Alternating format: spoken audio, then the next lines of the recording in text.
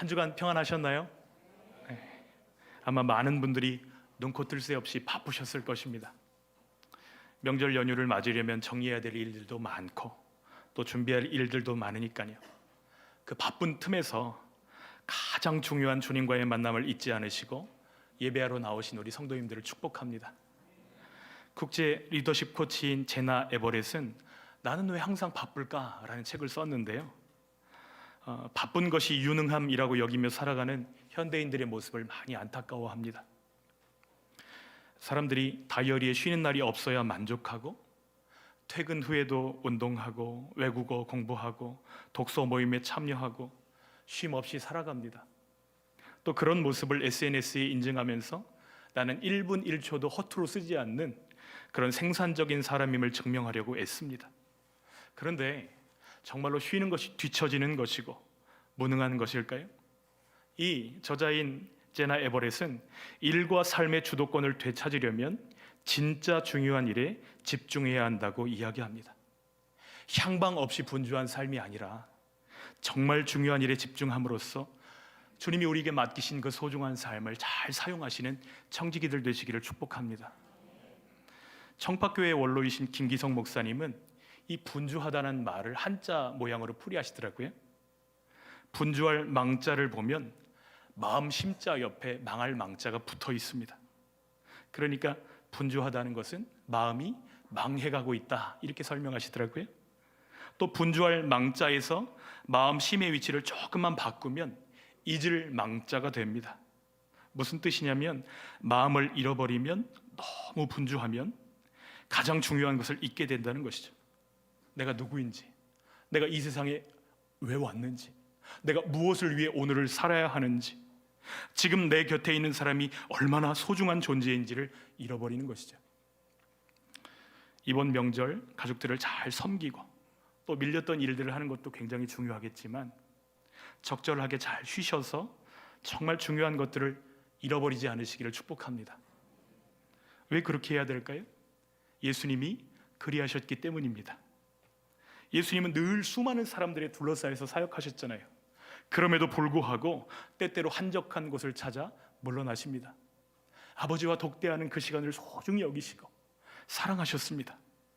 그러고 보면 정말로 아름다운 삶이란 일과 쉼이 균형을 이루는 삶인 것이죠. 그런 삶이 우리에게 있기를 바라면서 오늘 말씀 안으로 들어가고자 합니다. 본문 1절은 우리에게 이렇게 말씀합니다. 그 후에 유대인의 명절이 되어 예수께서 예루살렘에 올라가시니라. 예수님께서 지금까지 계셨던 가버나움, 왕의 신하의 아들을 고치셨던 그 가버나움은 예루살렘보다 낮은 곳에 있습니다. 그래서 예수님께서 올라가셨다, 이 표현으로 1절을 시작하는 것이죠. 일반적으로 모든 유대인 남자들은 세 절기에 예루살렘에 올라갑니다. 6월절, 77절, 초막절, 이렇게 세 가지 절기 때에는 반드시 예루살렘 성전에 올라가서 예배해야 합니다. 요한은 지금 이 절기가 언제인지는 구체적으로 언급하지 않지만 예수님이 절기를 지키기 위해서 예루살렘에 올라가셨다, 이것을 기록합니다. 이것으로 우리는 그때의 분위기가 어떠했거니 유추할 수 있는 것이죠. 축제의 계절, 모두가 들떠있는 그 예루살렘에서 예수님이 어디로 향하셨을까요? 예수님이 가장 먼저 찾아가신 곳은 양문 곁에 있는 베데스다라는 연못입니다. 베데스다, 히브리어로 베트가 집이고요, 헤세드가 은혜, 자비, 이런 뜻이잖아요. 이 두 단어를 합쳐놓은 게 베데스다입니다. 그래서 은혜의 집, 자비의 집, 이런 뜻을 가지고 있는데요, 얼마나 좋은 이름이에요, 그렇죠? 그런데 하나님의 은혜와 자비가 물처럼 흐를 것 같은 그 이름에도 불구하고 성경이 묘사하는 그곳의 실상은 자비롭지가 않습니다. 우리 3절, 4절 말씀 같이 읽겠습니다. 그 안에 많은 병자, 맹인, 다리 저는 사람, 혈기 마른 사람들이 누워 물의 움직임을 기다리니 이는 천사가 가끔 못에 내려와 물의 움직임이 하는데 움직인 후에 먼저 들어가는 자는 어떤 병에 걸렸든지 낫게 되밀어라. 지금 베데스다 연못 주위에 수많은 병자들이 누워서 물의 움직임을 기다리고 있습니다. 왜냐하면 천사가 가끔 내려와서 이 물을 흔들고 올라가는데 그때 가장 먼저 들어가는 자는 어떤 병에 걸렸든지 낫게 된다. 이 전설 때문에 그렇습니다. 지푸라기라도 잡는 심정으로 물이 움직이기를 간절히, 그리고 또 하염없이 기다리는 사람들의 모습을 한번 상상해 보세요. 여느 중환자실 못지 않았을 거예요. 환자들에게서 나는 그 특유의 냄새가 있잖아요. 아마 베데스다 연못에는 그런 냄새가 났을 것입니다. 얼마나 잔인한 풍경이에요. 모여있는 사람들은 정말로 많은데 나을 수 있는 사람은 몇 사람밖에 없다고요? 한 사람밖에 없습니다. 내가 살기 위해서는 옆에 있는 병자가 나보다 늦게 가야지만 합니다. 옆 사람이 넘어져야 내가 기뻐할 수 있는 그곳이 베데스다인 것이죠. 그러니까 기도원 이름 베데스다. 베데스다라는 이름에 상호를 많이 짓는데 조금만 연구해 보면 그곳이 얼마나 살벌한 곳인지 우리는 알게 됩니다. 이름은 자비의 집인데 실제로는 약육강식의 논리가 팽배한 아주 비정한 장소였던 것이죠.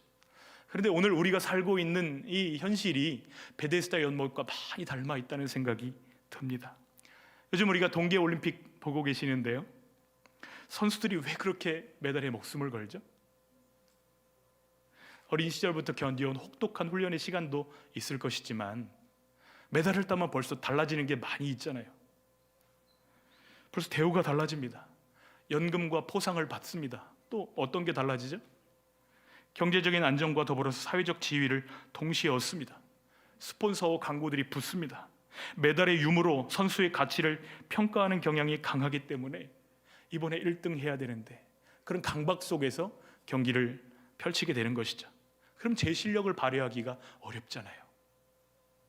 언제나 1등은 한 명뿐인데 그러면 나머지는 어떻게 해야 되죠? 자신에게 실망하고 남들에게 원망합니다. 이런 경쟁 속에서 옆에 있는 이웃은 사랑의 대상이 아니라 극복해야 될 경쟁자가 됩니다. 이전에 사울 왕이 그랬잖아요. 이스라엘이 블레셋을 이기고 돌아올 때 여인들이 막 노래합니다. 뭐라고 노래했죠? 사울은 천천, 사울은 천천, 다윗은 만만, 다윗은 만만. 그때 사울의 가슴 속에 실망과 원망의 씨앗이 심겨지자 결국 자신을 망가뜨리고 또 다른 사람을 망가뜨리는 그런 인생을 살게 됩니다. 사울은 왕입니다. 모든 것을 다 가지고 있어요. 그러나 분노와 원망에 사로잡히니 그의 마음은 악신의 놀이터로 변질돼 버립니다. 우리는 어떻게 하면 이 자비 없는 세상, 절망과 원망으로 가득한 베데스다 연못 같은 세상 속에서 우리 자신을 지키고 우리가 사랑하는 사람들을 지킬 수 있을까요? 오늘 그 비밀이 하나님의 말씀 가운데 들어 있습니다. 참된 안식을 주시는 예수님께 꼭 붙어 있으라는 것이죠. 한번 따라서 해주시겠어요? 참된 안식을 주시는 예수님께 꼭 붙어 있으라. 한 번에 한번 해볼까요? 시작. 참된 안식을 주시는 예수님께 꼭 붙어 있으라. 본문의 예수님은 자비가 없는 현장, 그 무자비한 베데스다를 향해서 경쟁에 지친 신음하는 사람들을 향해서 걸어 들어가십니다. 그곳에서 예수님이 한 사람을 주목하십니다. 그는 무려 38년 동안이나 병자로 지내온 사람입니다. 우리 가운데서 38살이 안 되시는 분들도 꽤 많은 것 같아요. 한 세대입니다. 병과 싸우다가 그의 푸르던 청춘은 다 지나갔고 몸은 굳어지고 마음에는 냉소와 원망만 남았을 것입니다. 예수님이 그를 바라보시는 거예요. 6절 말씀 같이 읽겠습니다. 예수께서 그 누운 것을 보시고 병이 벌써 오래된 줄 아시고 이르시되 내가 낫고자 하느냐? 예수님이 그가 누운 것을 보셨습니다. 그리고 그 짧은 순간에 그의 병이 이미 오래되었다는 것을 아셨습니다. 이것이 주님의 은혜입니다. 세상은 1등만 기억하잖아요. 세상은 건강한 사람들에게만 환호하잖아요. 그런데 예수님은 그 베데스다에서도 변두리에 홀로 누워있는 그 한 사람을 주목하시고 바라보시고 아셨다는 것이죠. 그리고 그에게 다가가 물으십니다. 내가 낫고자 하느냐? 뭐 이렇게 당연한 질문을 하세요. 아픈 사람이 낫고 싶은 게 당연하죠. 그런데 당연한 것이 당연하지가 않습니다. 내가 그 병자의 입장이라고 한번 생각해 보세요. 38년 동안 그 자리에 내가 누워 있었다고 한번 상상해 보십시오. 아마 그 사람의 마음속에서는 나아야 되겠다, 나을 수 있다, 이런 희망 자체가 다 사그라졌을 것입니다. 스스로 일어설 수 없는 자신의 장애를 바라보면서 이 절망을 내면화하는 것이죠. 예수님은 그의 마음속에 꺼져가는 그 소망의 불꽃을 다시 일으키기를 원하셨던 것입니다. 그래서 물으시는 것이죠. 네가 낫고자 하느냐? 그러나 병자의 대답을 한번 보십시오. 예, 낫고 싶습니다. 그렇게 대답하면 참 좋았을 텐데 그가 이렇게 말합니다. 7절 말씀 같이 읽습니다. 병자가 대답하되 주여, 물이 움직일 때에 나를 못에 넣어주는 사람이 없어 내가 가는 동안에 다른 사람이 먼저 내려가나이다. 여러분, 이 대답 속에 원망이 가득 스며 있습니다. 느껴지세요? 나를 도와주지 않는 사람들, 나보다 앞서가는 경쟁자들, 그리고 이 비정한 상황에 대한 한 맺힌 토로를 쏟아내고 있어요. 그래서 내 앞에 계시는 예수님을 바라보지 못하고 내 불행의 원인을 다른 사람 탓으로 돌리고 있습니다. 그런데 이 탓이라는 게요, 얼마나 우리를 망가뜨리는지 모릅니다. 문제의 원인을 내가 아니라 다른 사람에게서 찾기 때문에 나도 행복하지 못하고 다른 사람도 행복하지 못한 것이죠. 왜 그런 속담이 있잖아요. 잘 되면, 안 되면 내 불행의 원인은 너 때문이야. 얼마나 폭력적인 말입니까? 이건 제 이야기인데요, 내가 수학 못하는 것은 정말로 수학 선생님 탓입니까? 한참 동안 저는 그랬습니다. 그 선생님이 나를 미워해서 내가 공부를 안 하는 것이고 내 수학 점수는 그 선생님 때문이라고 생각했습니다. 근데 이런 마음으로 살면요, 늘 원망합니다. 늘 비난합니다. 행복하지가 않습니다. 내 책임, 내 죄책감을 축소하려는 이 본능적인 성향은 어디서부터 시작되었을까요?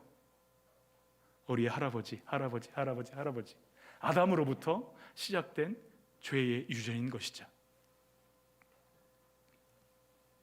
어떻게 해야 되죠? 탓하는 대신 그 절망을 가지고 예수님께 나오는 저희들 되시기를 축복합니다. 왜 그렇게 해야 될까요? 오직 예수님만이 우리 삶에 찾아온 절망을 축복으로 뒤바꿀 수 있는 분이시기 때문입니다. 참된 안식을 주시는 유일한 하나님이시기 때문입니다. 문제 때문에 망가지는 인생이 아니라 문제 때문에 예수님께 나오는 저희들 되어지기를 간절히 소원합니다. 탓하지 마십시오. 예수님께 붙어 있으십시오. 우리 예수님은 전능하신 하나님이시기 때문입니다. 그분이 말씀하십니다. 8절 같이 읽어볼까요? 예수께서 이르시되 일어나 내 자리를 들고 걸어가라 하시니. 예수님은 전지하십니다. 그를 바라보는 그 짧은 순간에 그가 얼마나 고통당했는지, 얼마 동안 시간 동안에 지금 그가 누워있었는지를 다 알고 계세요. 예수님은 전능하십니다. 그의 모든 장애를 고치시고 새롭게 하실 능력이 그분에게 있으십니다. 예수님이 말씀하실 때 세 가지 능력이 나타나는데요, 첫 번째, 일어나라 말씀하세요. 절망의 자리에 주저앉아 있던 그의 영혼을 회복시켜 주십니다. 그 말씀을 통해서 내 앞에 서 계신 분이 어떤 분이신지를 다시 보게 되었을 거예요. 여러분, 38일만 못 걸어도 그 사람 제대로 못 걷습니다. 재활치료 받지 않으면 그거 불가능합니다. 그런데 38년 동안 쓰지 않았던 그 몸을 향해 예수님이 말씀하십니다. 그러자 그의 몸이 반응하는 것이죠. 그가 주인이심을 말씀으로 드러내시는 것입니다. 둘째는 내 자리를 들라고 말씀하세요. 그 자리는 지금까지 그를 속박하던 질병의 상징이자 절망의 증거물입니다. 이제는 그 자리에 깔려 살아가는 인생이 아니라 자리를 들고 일어나라는 거예요. 그의 몸을 회복시켜 주시는 것입니다. 셋째는 걸어가라 말씀하십니다. 더 이상 과거의 원망에 묶여있지 말고 미래를 향해서 새로운 삶을 향해 나아가라는 명령이에요. 그의 마음을 회복시켜 주시는 것입니다. 이 명령 앞에서 그가 어떻게 되었을까요? 우리 9절 말씀 같이 읽겠습니다. 그 사람이 곧 나아서 자리를 들고 걸어가니라. 이 날은 안식일이니. 여러분, 예수님의 말씀과 병자의 치유 사이에는 틈이 없습니다. 예수님이 말씀하시자 그의 몸이 즉각적으로 반응합니다. 하나님의 말씀이 선포되는 순간 38년 된 절망의 사슬이 끊어져 버렸습니다. 이것이 바로 주님이 우리 삶에 부어주시는 은혜인 줄 믿습니다. 말씀을 붙잡을 때에 말씀이 붙드시는 은혜가 우리 심령 가운데 충만하시기를 축복합니다. 그 능력으로 스스로 서게 되시기를 축복합니다. 여러분을 다스리고 짓누르던 그 문제들을 도리어 내가 다스릴 힘을 얻게 되고 하나님이 원하시는 그 삶으로 나아가는 회복이 임하시기를 축복합니다. 여러분을 짓누르는 그 38년 된 문제는 무엇입니까? 예수 그리스도의 이름으로 명령하십시오. 그 자리를 들고 일어나 걸어가라. 여러분, 이 말씀을 나에게 주시는 하나님의 약속으로 붙드시기를 부탁합니다. 그런데 이 아름다운 회복의 현장에 찬물을 끼얹는 무리가 등장합니다. 바로 유대 종교 지도자들입니다. 10절을 보면 그들은 병 나은 사람을 향해 기뻐하기는커녕 다그칩니다. 안식일인데 내가 자리를 들고 가는 것이 옳지 아니하다. 이 얼마나 기막힌 일이에요. 38년 동안 못 걷던 사람이 일어났으면 함께 기뻐해주고 함께 눈물 흘리고 함께 하나님을 찬양해도 이 부족한데 안식일 규정을 어겼다면서 그를 정죄합니다. 당시 율법에 따르면 안식일에 자리를 들고 걸어가는 것은 일에 해당합니다. 그래서 정죄하는 것이죠. 그들에게 안식일은 생명을 살리는 날이 아니라 규정을 지키는 날로 전락해 있었던 것입니다. 이것이 종교의 위험성입니다. 안식일은 사람을 쉬게 하고 회복시키기 위해서 하나님이 주신 선물입니다. 그러므로 사람이 안식일을 위해서 있는 것이 아니라 안식일이 사람을 위해서 있게 하신 것이죠. 그래서 하나님이 안식하시면서 기뻐하셨잖아요. 하지만 그들은 안식이라는 이름으로 병 나은 자의 기쁨을 빼앗고 그 안식을 파괴하고 있습니다. 오늘 말씀의 거울로 우리 자신을 돌아보기를 원합니다. 누군가를 정죄하고 판단하는 도구로 우리 신앙을 사용하지 않으시기를 간절히 부탁합니다. 하나님이 원하시는 참된 안식은 규정을 준수하는 정도가 아니라 생명의 회복인 줄 믿습니다. 종교 지도자들이 예수님을 박해하자 예수님이 신학적으로 굉장히 중요한 말씀을 꺼내십니다. 한번 따라서 해보시겠어요? 내 아버지께서 이제까지 일하시니 나도 일한다. 아버지께서 일하시니 나도 일한다. 그러니까 안식의 의미를 아주 새롭게 하시는 거예요. 유대인들은 하나님께서 창조 후에 7일째 안식하셨기 때문에 우리도 아무것도 하지 말아야 된다 이렇게 주장했지만 예수님의 생각은 달랐습니다. 하나님은 세상을 창조하시고 방관하시는 분이 아니세요. 여러분, 창조하신 하나님께서 손을 놓고 쉬셨다면 지금 우리는 어떻게 될까요? 하나님은 타락한 세상을 치유하시고 죽어가는 생명을 살리시기 위해 이제도 쉬지 않고 일하시는 분이십니다. 그러므로 참된 안식이란 아무것도 하지 않는 게으름이 아니에요.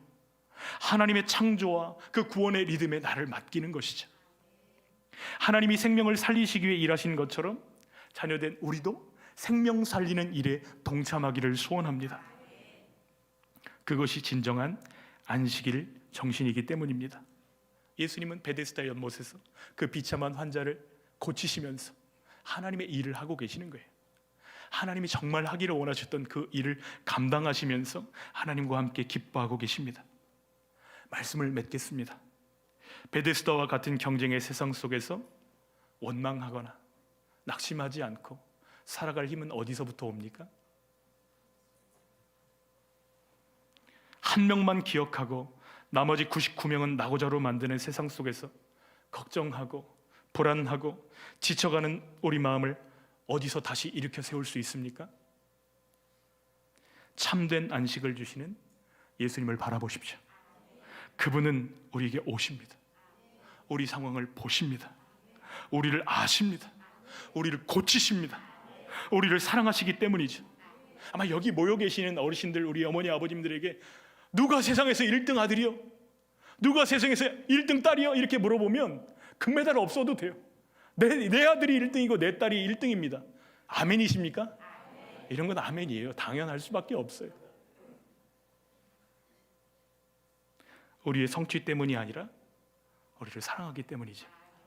하나님도 마찬가지이십니다. 우리가 하나님의 자녀이기 때문에 사랑하시는 것입니다. 주님은 우리를 찾아오십니다. 자녀된 우리의 삶에 관심이 많으십니다.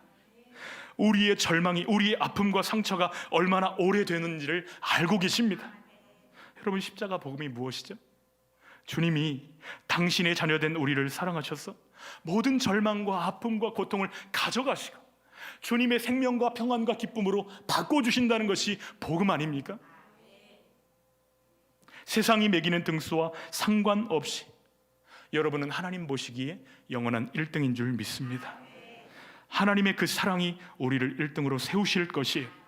그러니 탓하지 말고 원망하지 말고 전능하신 예수님께로 나아가는 저희들 되시기를 축복합니다. 분주한 삶 속에서 여백을 만드세요. 그 여백 속에 말씀하시는 주님의 음성을 들으십시오. 주님이 우리를 짓누르던 절망과 원망을 고쳐주시고 참된 안식을 주실 것입니다.